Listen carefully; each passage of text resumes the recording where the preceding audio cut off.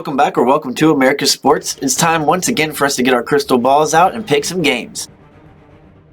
What we do is we predict the 3 biggest games from the 1 p.m. slate, the 2 biggest from the 4 p.m. slate, and then Sunday and Monday Night Football. And if there's an international game, we'll predict that too.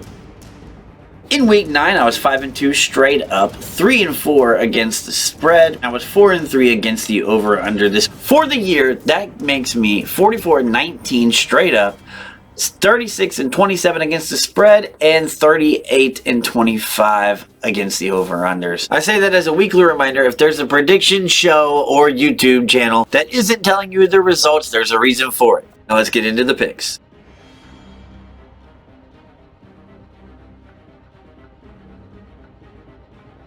I know there's a game in Germany. We're not covering it. And this week we have a pretty juicy 1 o'clock slate. This week we're starting in Cincinnati. The Texans are going to the Bengals. Cincinnati is giving 6.5 with the over/under at 46.5. Houston gets more yards per game and more points per game than the Bengals, but I would say Bengals numbers are a little bit misleading. You have to look at what they've been doing over the last month or so. It seems like the odds makers are agreeing with this as well. Houston is 4-4. The Bengals are 5-3. This is a pretty big game for both teams. Now for a little injury update, we've got T. Higgins is out for the Bengals and Chase is hopeful. I'm not super worried about it though, because we've got Yoshi Voss and we have Irwin, and I think both of them will step up. Isn't that right, Athena? Yes. These two teams are also the 2 best teams in total giveaways. Houston has only given the ball 5 times this year. Stroud has only given 1 interception. The Bengals do give up more rush and total yard, but Cincinnati is tied for first with the Chargers in turnover differential with a +9. That's pretty fantastic. Let's also keep in mind that they held the Bills to 18 points, the Niners to 14 points, and Seattle to 13 points. All 3 very good football teams. That was their opponents for the last 3 games. Bengals are also 3-1 at home, and that atmosphere down there is insane. So give me the Bengals to win, and I'm also going to say that they cover, even though 6.5 is a lot. I do think that the Bengals win by a touchdown, but I think this is going to be a little bit of a shootout. I'm going to go over 46.5.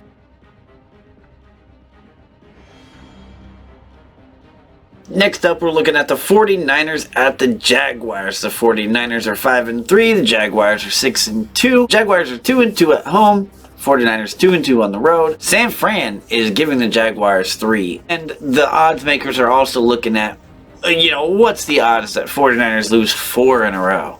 I don't know if anyone even thought that they would lose 2 in a row this year, let alone 3 or 4. Both teams have stellar running backs.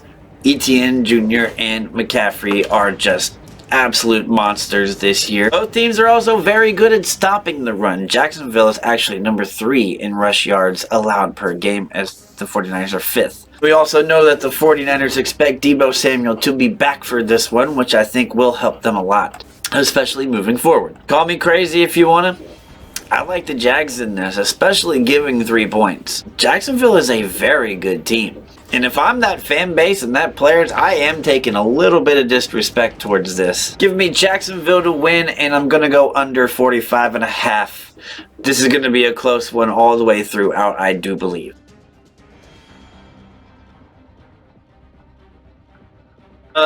Most of the bangers are at 1 o'clock here. We've got the Browns at the Ravens. The Browns are 5-3, 1-2 on the road. The Ravens are 7-2, 3-1 at home.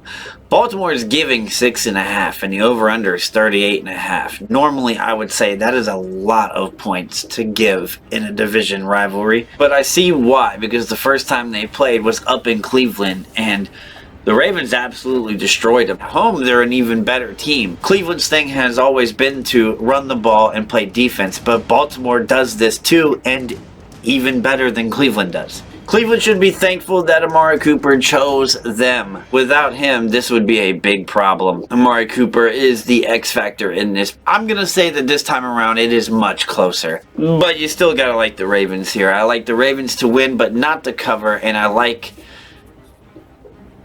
the over. I don't know if I've ever said that when these two teams play. But Baltimore is just too hot right now.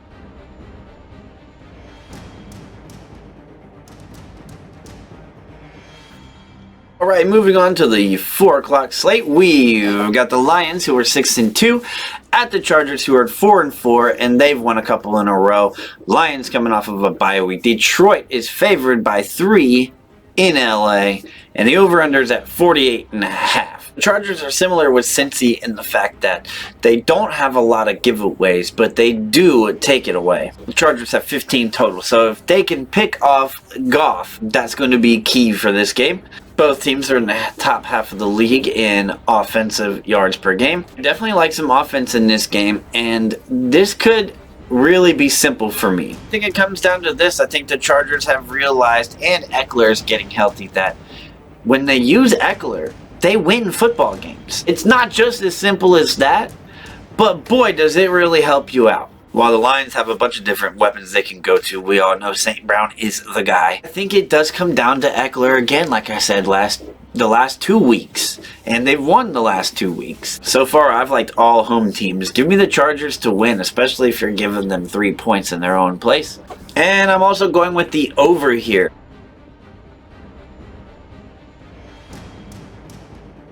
In our last 4 p.m. game, we've got the Commanders at the Seahawks. The Commanders are 4-5, and the Seahawks are 5-3, coming off a brutal loss to the Ravens. They are 3-1 at home. Commanders are 3-2 on the road. Seattle is giving 6.5, and the over/under is 44.5. I think Kenneth Walker's going to go off in this one. Sam Howell, for as many times as he's been getting sacked, that's pretty amazing work. He does have 9 interceptions. Seattle's secondary is going to test him a lot. I think that the Seattle's defense shows up in a big way this week. They definitely bounce back. And Howell's got 2,400 plus passing yards, though. I mean, he's been able to throw the ball regardless. They do have some weapons, but I like Seattle's a little bit more. That receiver core is healthy. I like Seattle here, and I like them to cover as well. And I also like under 44.5. I like a 24-17 maybe.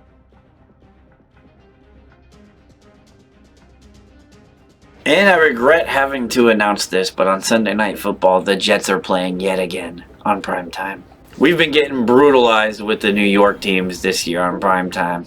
The Jets are at the Raiders. The Jets are 4-4. The Raiders are 4-5. The Jets are giving one on the road at the over/under at 36.5. As much as I just really like this Jets team, I just can't help but root for them. Cough, cough, Sauce Gardner's on the team. I think this is probably about the time where the wheels start to fall off for Zach Wilson. He's got 5 touchdowns on the year. And besides about half of a quarter, he's been the starting quarterback the entire season. I said this last week, you're asking the defense and Breece Hall to do too much. And I realized the wide receivers have dropped balls. Zama, the tight end last week, completely dropped a touchdown. I think the Raiders are also starting to feel themselves a little bit. Very excited for the Sauce versus Devontae matchups and all the other cornerbacks that they will use against him. But for the first time all year, I'm going to go with the Raiders to win a football game. And I'm also going over 36.5.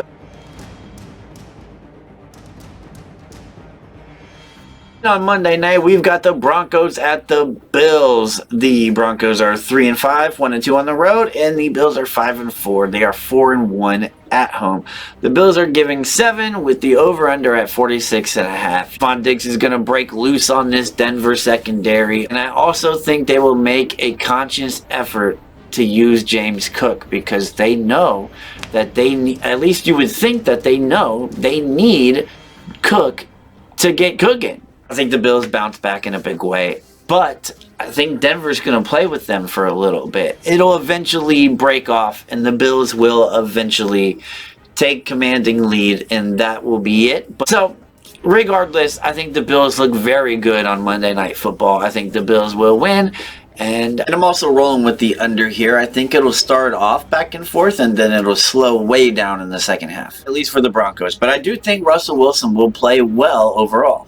Be sure to let me know in the comments below how you think this will play out. And if you end up liking the video, consider subscribing because we are predicting all the divisions and we'll be predicting games all season long. We also do other sports like basketball too. We're trying to build this channel's community up to be the best in YouTube sports content. So join the roster and subscribe today for more of America's Sports.